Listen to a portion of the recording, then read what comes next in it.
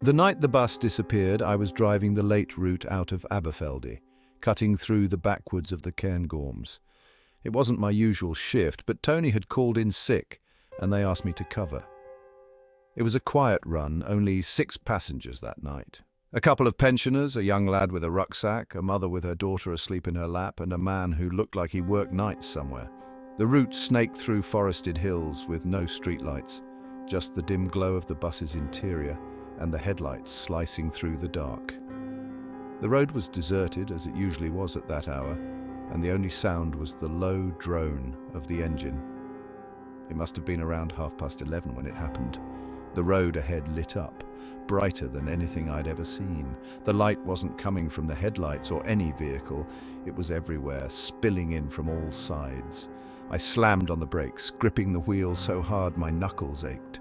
The bus shuddered to a stop. My eyes burned. The light was so intense. I remember trying to shield my face with one hand while fumbling for the switches with the other, but the controls wouldn't respond. Then it all went black. The next thing I remember, I was slumped over the wheel, my head resting against it. It was daylight, but not the pale grey morning light you'd expect. The sky was bright, almost white, like the sun was right overhead. The engine wasn't running, but the keys were still in the ignition. The bus was sitting in the middle of a field, not a roadside verge or a clearing, an actual field with tall grass brushing against the windows and a line of trees far off in the distance. I checked the passengers. They were all there, still in their seats, some stirring awake, others rubbing their faces as though they'd been asleep for hours. No one spoke, but their eyes darted around the bus, taking in the field outside and each other. The mother was holding her daughter close, her face pale. I climbed down from the driver's seat and pushed the door open. The air outside was sharp and cool, with a faint smell of damp earth. The field stretched out in every direction, the kind of open space you only find far from any town or road. The nearest fence was rusted and sagging, and there wasn't a single farmhouse in sight. The tires had left deep grooves in the dirt, as though the bus had been driven here. But there was no sign of a path or road leading to the field, just grass and mud as far as I could see. I tried to get the engine going, but it wouldn't turn over. The dashboard lights flickered weakly before dying completely. The radio was useless too. No signal, just static. I climbed out again and walked around the bus, looking for anything. Tracks, tire marks, anything that might explain how we'd ended up here. The ground was damp, and there were patches of mud around the tires, but no signs of a trail leading to the field. The passengers had started to get off the bus, their faces pale and drawn. They moved cautiously, stepping onto the soft ground like they weren't sure it would hold their weight. The pensioners leaned on each other for support, their shoes sinking slightly into the mud. I took out my phone, but it wouldn't power on. I checked with the others, but none of their phones were working either. The young lad with the rucksack pointed towards the trees like he was thinking about walking, but no one moved. It was then I noticed the marks on my arms, faint but unmistakable. Little circular patterns, like something had pressed into my skin and left a bruise. When I pulled my sleeves down to hide them, I saw the same marks on a few of the others. The mother tugged at the collar of her blouse, revealing a line of faint indentations along her neck. We stayed by the bus for hours, waiting for someone to find us. The light overhead didn't change, and the shadows stayed where they were, as though the sun wasn't moving. Eventually a farmer found us. He said the field was on his property, miles from the nearest road. He hadn't seen or heard anything during the night, but had come out to check on his livestock and spotted the bus. The police arrived not long after, asking questions we couldn't answer.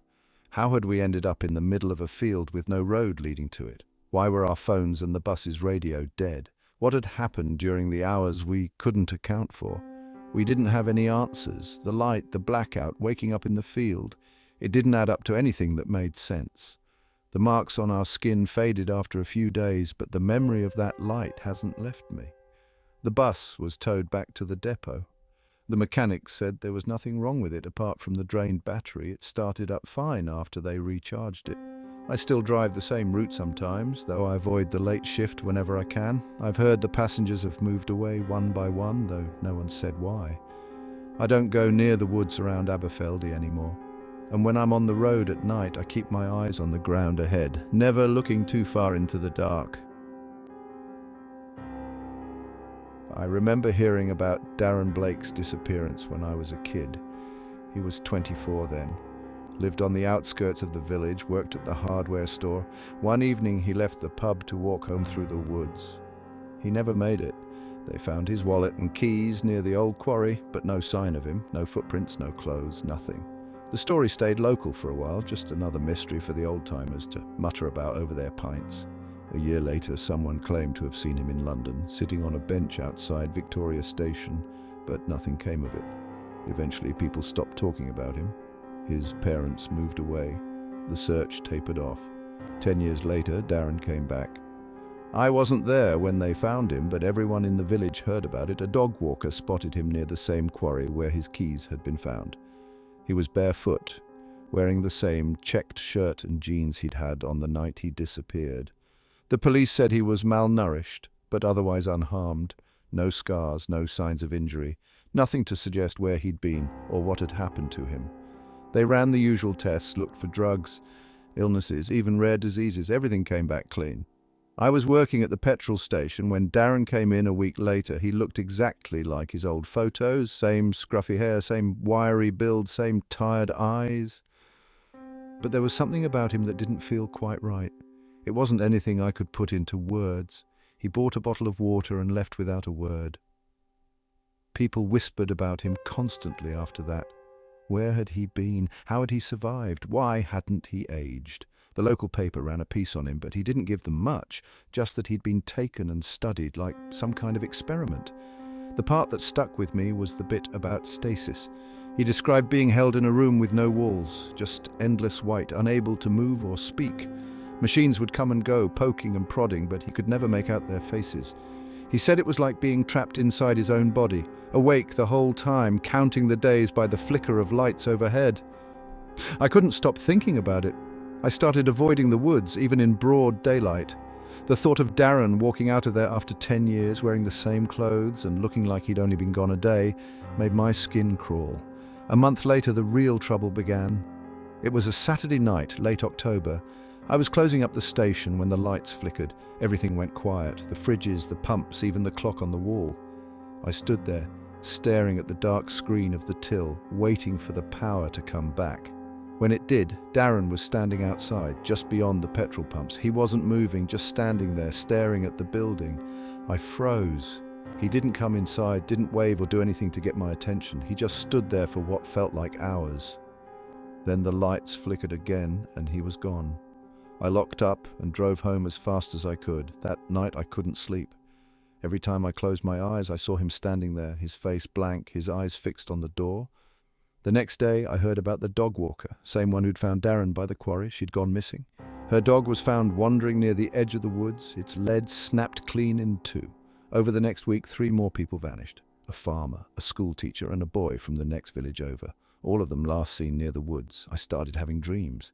I was standing in a room with no walls, just white stretching out in every direction. The floor was cold and smooth like glass. Machines floated past, clicking and whirring, but I couldn't see who or what was controlling them. I couldn't move or speak, just stand there as they circled me and their lights blinking. I woke up drenched in sweat every time. My arms ached, and when I rolled up my sleeves, I saw tiny marks like pinpricks running along my veins. I haven't been back to the woods since. Most people avoid them now, even the ones who used to scoff at the stories. Darren's house is empty, his curtains drawn. No one's seen him in weeks, but sometimes, late at night, I hear a sound, faint and far away, like metal scraping against metal. And every time I hear it, the marks on my arms start to sting. It was a Monday evening, the sort that makes you question every life choice that's landed you on a commuter train at dusk. Outside the window, the countryside blurred by, dim and colourless. Trees, fields, and the occasional distant house, all soaked in the kind of grey that made it hard to tell if the sun was rising or setting. I was slouched in my usual corner seat, earbuds in, scrolling through my phone with no real interest. The train wasn't crowded. It rarely was on this stretch, a long route connecting rural villages to the city. Most of the passengers were scattered across the carriages, staring into space or reading. The faint rumble of the train on the tracks was a constant backdrop, the kind of sound you stop noticing after a while. We'd just passed a station, I couldn't recall the name, when the lights flickered. Once, then again. I glanced up, but no one seemed alarmed. The train kept moving, the rumble of the wheels unchanged. The lights went out completely. For a moment, I thought it was just the overhead bulbs. But then I realized my phone screen had gone black. Along with the reading lights and the electronic signs, even the noise of the train had stopped. No rumble, no vibration under my feet, nothing. The carriage was silent. No one moved or spoke. I remember sitting there, frozen, gripping the edge of my seat. Outside the window, the darkness seemed absolute, like we were floating in a void. A light appeared in the distance, small at first, faint but growing brighter. It wasn't the headlights of another train or any kind of torchlight. It was a pure, steady glow, too white to be natural. It came closer, moving too smoothly to belong to anything I could recognize. I tried to turn my head, but my body wouldn't respond. My arms stayed locked on the armrests, my legs rooted to the floor. The glow filled the window, erasing everything beyond it. And then I woke up. It was still dark, but the lights in the carriage had come back on. The train was moving again, the rumble of the wheels beneath me like a pulse in my ears. For a moment I thought I'd nodded off, the way you do on long rides. But when I looked around, something felt off. The other passengers were slumped in their seats, heads tilted at odd angles, eyes closed. They looked like they'd been dropped there, arranged by someone who didn't quite understand how people were meant to sit. I stood up, my legs shaking. My phone was dead, the screen unresponsive, no matter how many times I pressed the power button. The digital signs in the carriage displayed a scrambled mess of symbols. The air felt stale, as if we'd been sealed inside for too long. One by one, the passengers began to stir. They moved slowly, like people waking from a deep sleep. No one spoke. They just sat there, blinking, rubbing their faces, as if trying to shake off whatever had happened. I noticed the marks on my arms when I reached for my bag, small, circular impressions, faint but precise, like tiny bruises. I rolled up my sleeve and found more on my shoulder, perfectly spaced and uniform. The others had them too, on their hands, their necks, some even on their faces. No one seemed to know where they'd come from, and no one asked. The train pulled into the next station, a small platform surrounded by nothing but trees and empty fields. The clock on the wall read 11:43 p.m. My watch said 8:15. We'd lost over 3 hours, but none of us could remember how. When I stepped onto the platform, the night air hit me like a wall. It smelled strange, metallic and faintly sharp, like a storm was about to break. The few passengers who got off scattered quickly, vanishing into the darkness without a word. I walked home in a daze, replaying the blank space in my memory over and over. The marks on my arms tingled faintly, a sensation I couldn't shake no matter how much I scratched. The dreams began that night. Bright lights, a white room with no walls, and figures moving in and out of focus. They didn't have faces, just smooth, featureless heads that seemed to tilt and observe. I woke up gasping, my heart pounding, the marks on my skin burning like fresh bruises. Over the next few days, I kept hearing about passengers from that train, people going to doctors searching for explanations for their marks, their dreams, their missing hours. Some disappeared entirely, their houses empty, their phones disconnected. The train kept running though, same route, same schedule. Flying at 38,000 feet, you don't expect anything out of the ordinary. I'd flown plenty of times before, and it was always the same. Cramped seats, the muffled drone of engines, the occasional clatter of a drinks cart. This was a red-eye flight from Manchester to Reykjavik, a budget airline with nothing to distract you but a few flimsy magazines and the odd in-flight announcement. The cabin lights were dimmed and most of the passengers were asleep or dozing. I'd lucked into a window seat and had been staring at the dark expanse below, broken only by the faint glimmer of far-off towns. There's something about the stillness of it all up there, like you're in a bubble cut off from the rest of the world. I noticed the light about halfway into the flight. A faint pinprick to the left of the wing. Nothing remarkable at first glance. It might have been another plane, but it didn't blink like aircraft lights normally do. It stayed constant, a steady white glow. I kept watching it, expecting it to drift away or change course, but it didn't. It stayed with us, matching our speed. I pressed my face against the window, trying to make sense of it. It was difficult to judge the distance, but it felt close, too close.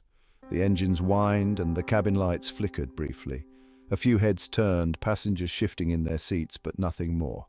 The flight attendants kept moving through the aisle, handing out water bottles and blankets. Then the light moved. It shot forward, cutting across the front of the plane before settling on the right side. It was brighter now and closer. There was no mistaking it. This wasn't a plane. It had no shape, no form that I could see, just a ball of light, impossibly bright yet not harsh. The engine surged and the plane shuddered. My stomach dropped like when you hit turbulence, but the air outside looked clear. The seatbelt sign dinged on and the attendants hurried back to their seats, their faces tight with something that wasn't quite panic but wasn't far off. I looked around the cabin. People were waking up, murmuring to each other, glancing out the windows. Some were pointing, their faces pale in the dim light. The glow was on both sides now, as if the plane were flying through a corridor of light. The hum of the engines deepened, then cut out entirely. Silence filled the cabin, broken only by the gasps and rustling of passengers. I gripped the armrest, staring at the window as the light grew impossibly bright. Then nothing. When I came to, the cabin was dark and still. I blinked, trying to orient myself. My watch read 3:17 a.m., but the flight attendant's voice over the intercom announced we'd be landing soon.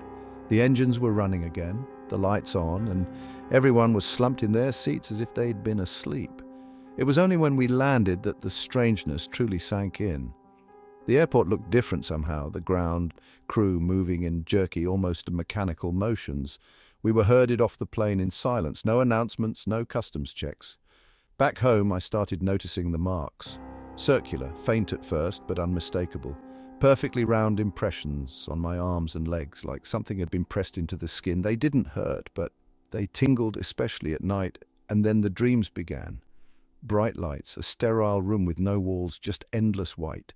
Figures moving around me, too tall, too thin, their faces blurred.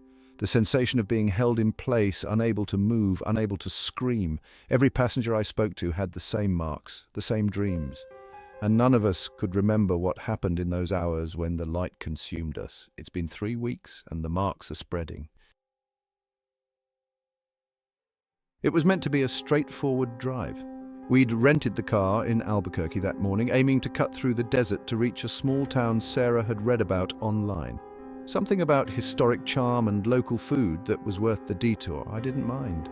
The desert stretched out endlessly on either side of the narrow road, and the sky was so clear it felt like we were driving through a postcard. The air conditioning struggled against the heat, but we barely noticed. It was late afternoon, the sun sinking just enough to soften the edges of the day. The road was empty, and the landscape seemed frozen, like nothing had moved out there for centuries. I remember thinking how quiet it was. Not just the absence of cars, but the kind of silence that settles when there's absolutely nothing alive around. We were about an hour from the next town when the light appeared. It was on the horizon, a faint glimmer that grew brighter as we drove. At first, I thought it was a plane, maybe catching the last rays of sunlight, but it didn't behave like anything I'd seen before. It stayed in one spot, its brightness increasing steadily. Sarah leaned forward, squinting through the windscreen, and I eased off the accelerator. The light didn't fade or flicker, it just grew, too steady, too bright, and then it moved. Not across the sky, but straight down. One moment it was above the horizon, the next it was hovering over the desert floor, close enough to make out its shape. It wasn't a plane or a helicopter or anything I could name. It was a craft, if you could call it that, smooth and oval, with a glow that seemed to radiate from its surface rather than any visible lights. There was no sound, no vibration, nothing to suggest how it stayed in the air. It just hung there, pulsing faintly. I pulled the car to the side of the road, engine idling as we stared. The craft shifted slightly, tilting as if it had noticed us. The car died. The headlights flickered and the engine sputtered to silence. I turned the key, but nothing happened. Even the air conditioning stopped, the heat rushing in like a living thing. The craft moved closer. The glow engulfed us, washing over the car in a way that made everything else disappear. I couldn't see the desert, the road, or even the sky. There was just the light filling the world. My chest felt tight, my skin prickling as if I'd been submerged in water, and then nothing. I woke up to a bright sky and an empty road. The car was still, the engine off, and Sarah was slumped in the passenger seat. I shook her shoulder and she came to with a jolt, her eyes wide and glassy. We were both disoriented, trying to piece together how we'd gone from sitting in the car under that light to waking up here. The sun was higher now, almost directly overhead. The clock on the dashboard read 10:14 a.m., but it had been evening when we stopped. The last thing I remembered was the glow and then blank. We weren't on the road anymore. The car was parked on a flat expanse of desert, miles from any visible path. The tire tracks vanished a few feet behind us, swallowed by the sand. The ground was hard and dry, cracked like old pottery. I stepped out of the car, my boots crunching against the earth. The horizon stretched out endlessly in every direction, with no sign of the craft, the road, or anything else. Just us, the car, and the desert. Sarah got out too, rubbing her arms like she was cold despite the heat. That's when I noticed them, the marks. There were faint circular impressions on her forearm, perfectly uniform and spaced like someone had pressed coins into her skin. I looked down at my own arm and found the same thing, pale, almost invisible, but definitely there. We didn't talk about the marks. We didn't talk about anything. We just got back in the car and tried the ignition. It started this time, the engine coughing to life like it had never stopped. I turned the car towards what I hoped was north, the tires crunching over the brittle ground. It took us hours to find the road again. The sun was scorching by the time we reached it, and I had no idea how far we'd traveled or in what direction. The landscape all looked the same. Sarah stayed quiet for most of the drive. She kept staring out the window, her hand absently rubbing at the marks on her arm. I caught myself doing the same thing. They didn't hurt, but they felt strange, like the skin wasn't quite my own. The dream started that night. I didn't think much of it at first. Just flashes of light, faceless figures moving with a precision that felt almost surgical, but the details grew sharper each time I slept. The craft was there, its interior blindingly white, with surfaces so smooth they seemed to absorb sound. There were shapes, tall, thin, and wrong in ways I couldn't articulate. They moved around me, their limbs bending in ways that made my stomach turn. I was strapped to something, a cold surface pressing against my back. I couldn't move, couldn't speak. The marks burned in those dreams, a searing pain that felt more real than anything I'd ever known. I woke up drenched in sweat, my chest heaving like I'd been holding my breath for hours. Sarah said nothing, but I could tell she was having the same dreams. The marks started to change. The faint impressions deepened, the skin around them darkening, almost bruised. They itched constantly, a maddening sensation that no amount of scratching could soothe. Sarah stopped leaving the house. She spent her days sitting by the window, staring at the sky. I tried to talk to her, but she barely seemed to register I was there. The marks on her arms spread, forming patterns that looked deliberate, like they'd been etched there with a precision no human hand could manage. One night I woke up with the taste of metal in my mouth and a sharp pain in my side. I pulled up my shirt and found a new mark, a deep circle on my rib cage, surrounded by smaller ones that formed a ring. It felt like something was moving beneath the skin, a faint shifting pressure that made me want to claw it out. The next morning, Sarah was gone. Her car was still in the driveway, her phone on the kitchen counter, but there was no sign of her. I searched the house, the garden, the nearby streets. She'd vanished as completely as that craft had. That was 3 weeks ago. The marks are still spreading and the dreams haven't stopped. I can feel something changing deep inside, something I can't explain. Last night, I woke up to the glow outside my window. I was 26 the summer Danny went missing. It was a strange summer, hot and dry, the sort where the earth cracks and the air shimmers with heat. I remember it clearly because it was the last time we all got together as a group, me, Danny, Sarah and Pete. We'd all gone to Dartmoor for a weekend, planning to hike, drink too much and generally get away from the monotony of everyday life. It had been Danny's idea. He'd always loved the outdoors, loved the idea of exploring places most people wouldn't bother with. The weekend went as planned, or mostly as planned anyway. Danny took off on his own Sunday morning, saying he wanted to explore further up the moor. None of us thought much of it at the time. That was Danny all over, wandering off to chase his curiosity. He'd always come back with a new story to tell, whether it was a crumbling stone circle he'd stumbled across or a deer he'd seen from a distance. But he didn't come back that day. By late afternoon, we'd started to get nervous. By nightfall, we'd called the park rangers. It wasn't long before the search parties went out, dogs barking, torches sweeping across the barren landscape. Days passed with no sign of him. A week, then 2. The official search was called off after a month. Unofficially, we kept looking. We scoured every inch of the area Danny had been heading towards, even combing through places we'd already checked in case we'd somehow missed him. But there was nothing. It was as if he'd simply vanished. 6 months later, they found him. I was at work when Sarah called me. I nearly dropped my phone when she said the words, "They've found him alive." The park rangers discovered him sitting on a boulder near the same spot he'd been heading towards that morning. He was thin, his skin pale and waxy, with eyes that darted around like a frightened animal. He didn't say much, only that he'd been held somewhere. He kept using the word chamber, a sterile floating chamber. At the time, we thought he must have been delirious from hunger or dehydration. The doctors didn't find any serious injuries, just malnutrition, mild frostbite on his toes, and strange circular scars on his arms and chest. They looked surgical, but Danny had no explanation for how they got there. He was discharged a week later, and we all thought the worst was behind us. He'd get counseling, put on some weight, and things would go back to normal. But they didn't. Danny wasn't the same after he came back. He barely spoke, barely ate, and he wouldn't go anywhere near the woods or the moors. He started losing weight again, more than he should have. It was like he was wasting away. When we tried to ask him what had happened, he'd just shake his head and mutter something about the chamber. He never gave us details, never said where it was or how he'd escaped. We didn't press him. It was clear whatever he'd been through had left him fragile. The nightmares began a month after he came home. He'd wake up screaming in the middle of the night, drenched in sweat. He started talking in his sleep, but it wasn't like normal sleep talking. His voice was cold, mechanical, reciting phrases we couldn't understand. I stayed over one night to try and calm him down, but hearing those words come out of his mouth, it chilled me to the bone. Then there were the marks. They appeared gradually, faint at first, like bruises that hadn't fully formed, perfect circles on his arms, legs and chest. By the end of the second month, they were everywhere, dark and raised, like brands burned into his skin. He wouldn't let anyone touch them, wouldn't let the doctors examine him. He just sat in his flat with the curtains drawn, staring at the walls, twitching at every little sound.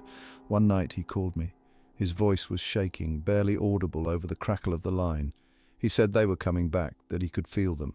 I told him I'd come over, but when I arrived, the door was locked and he wouldn't answer. I tried shouting through the letterbox, pounding on the door until my fists hurt, but there was no response. I found him the next morning, curled up on the floor of his bedroom. He was pale and drenched in sweat, his eyes darting to the corners of the room as if he expected something to emerge.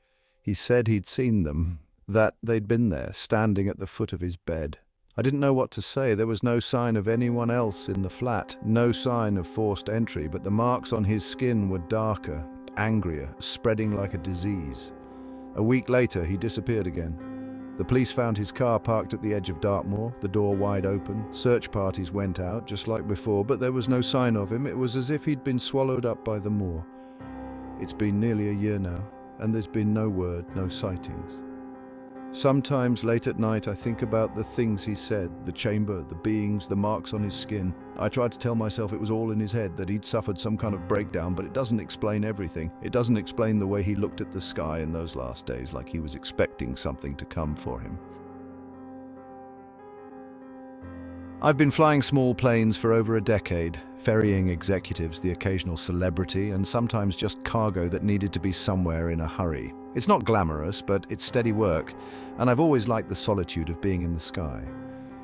You're alone up there, away from everything, with nothing but the instruments, the hum of the engine, and the expanse of the earth below. That night I was piloting a Beechcraft Bonanza, a dependable little plane, from Glasgow to Reykjavik. The job was straightforward. One client, a businesswoman who kept to herself and her luggage. She had dozed off in the back shortly after takeoff. I was flying at 10,000 feet, cruising over the dark Atlantic, with nothing on the horizon but an endless stretch of water. The flight had been uneventful, the kind you want when you're flying over open ocean. The instruments were steady, the weather clear, and the stars bright. It was just past midnight, and I was watching the altimeter when a light appeared in the sky ahead of me. It was too bright for a star and too steady for anything man-made. It hovered, perfectly still at an impossible distance, though it seemed larger than anything that should have been out there. I checked the radar, expecting to see another aircraft, but there was nothing. The radar was blank, showing only my position and an empty sweep of airspace. The light grew stronger, filling the cockpit with a glow that made the instruments harder to read. The altimeter needle twitched, and the compass spun wildly. The autopilot disengaged on its own, and the stick jolted in my hands. I tried to level the plane, but it was like fighting a current I couldn't see. The radio crackled, then went dead. I tried switching frequencies, flicking through every channel I knew, but there was no response, just static. The light engulfed the plane, turning everything white. I couldn't see the wings, the nose, or even the horizon. It wasn't just bright, it was overwhelming, a brightness that made me shut my eyes, but even then it seeped through my eyelids. When the light faded, I opened my eyes to find the instruments dead. The altimeter was stuck, the compass still spinning. The engine, though, was running steady as ever. Outside, the horizon looked wrong. The stars were gone, replaced by a flat, grey haze that stretched in every direction. I reached for my phone, but it was blank. The screen wouldn't light up, no matter how many times I pressed the buttons. The client in the back hadn't stirred, her head tilted against the window, completely still. I checked the GPS next, though I wasn't sure what I was hoping for. It showed nothing, just a blinking dot on a blank screen. No coordinates, no path, no destination. I had no choice but to keep flying. The controls were sluggish, the plane fighting me every step of the way, but it stayed in the air. I tried to climb, to find the stars again, but the haze seemed infinite. No matter how high I went, it stayed the same, featureless and impenetrable. The clock on the dashboard had frozen. I had no idea how long I'd been flying, no way to measure the passage of time. The fuel gauge, too, had stopped moving, though I knew I should have been burning through the tank by now. Finally, the instruments flickered back to life. The altimeter jumped to 5,000 feet, the compass settled on a heading, and the GPS pinged with a set of coordinates. I couldn't make sense of them. Nothing matched the route I'd planned, but I followed the heading anyway, desperate to find something, anything to break the emptiness around me. The haze thinned and land came into view. Not the jagged volcanic coast of Iceland, but a sprawling flat expanse, dotted with lights that stretched far into the distance. The radio buzzed back on, a voice crackling through the static, though I couldn't understand the words. I landed at a small airstrip, a place I didn't recognize. The signage was foreign, the architecture strange, the people speaking a language I couldn't place. I checked the GPS coordinates again, cross-referencing with the map I'd stowed in the cockpit.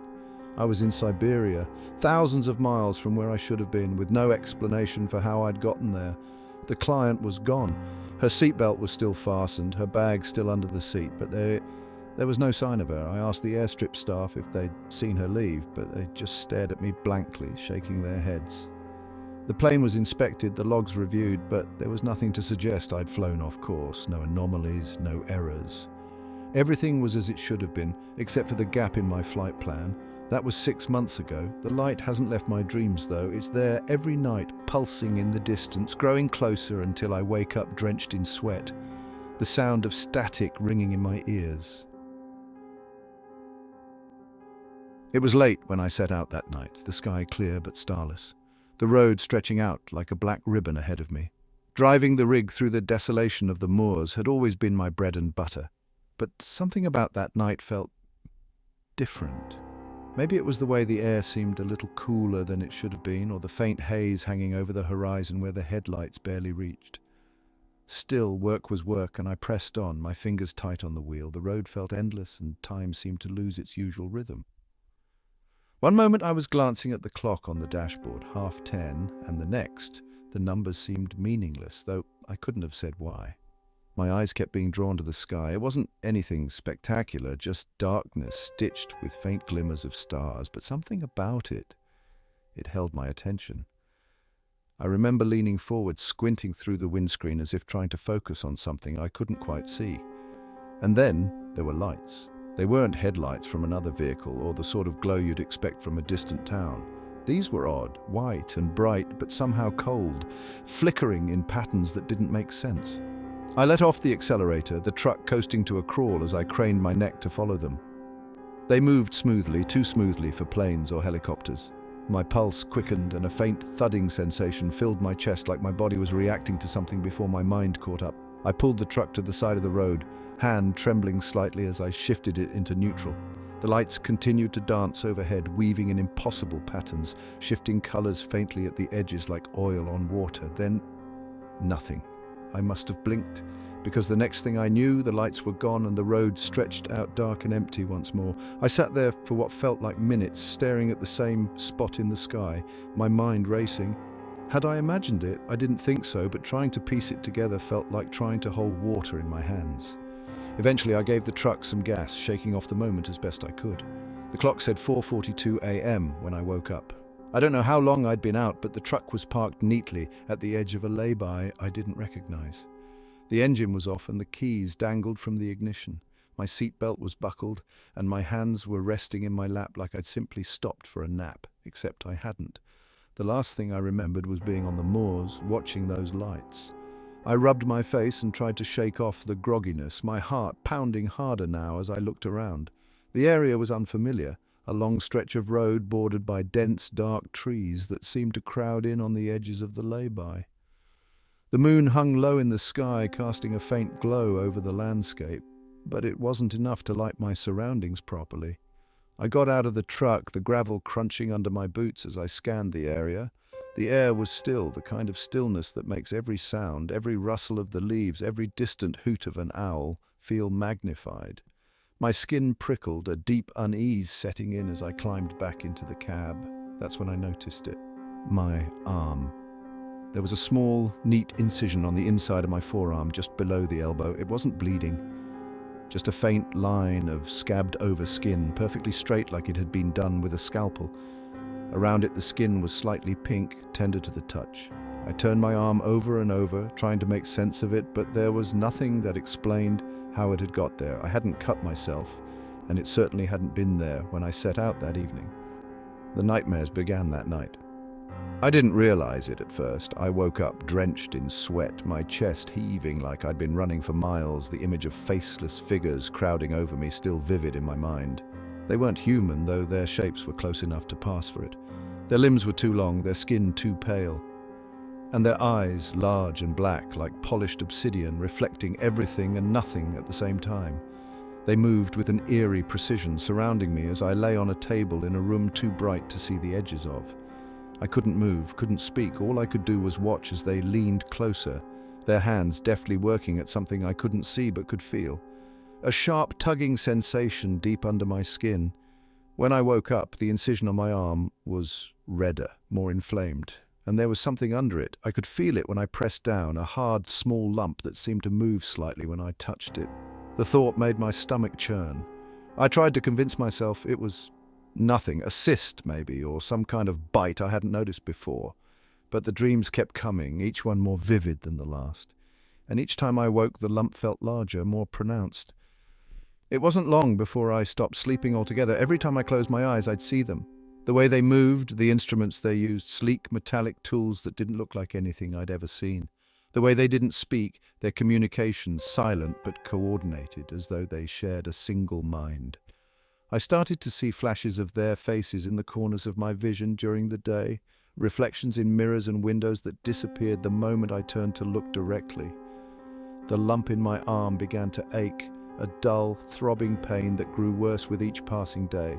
I couldn't bring myself to go to a doctor, couldn't imagine trying to explain what had happened. What could I even say?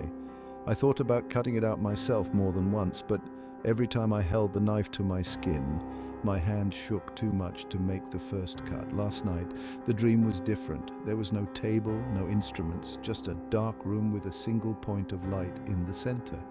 And they were there, waiting for me. I don't know how I knew, but it felt like they weren't just in the dream anymore. They were here, in my world, and they were coming for me. The light grew brighter, swallowing everything until all I could hear was the sound of my own breathing. I woke up in the truck again this morning. The clock said 4:42 a.m. My arm feels heavier now, the lump larger, almost as though it's spreading. I don't know how much longer I can keep going. The lights were outside my window last night. I don't think they're leaving.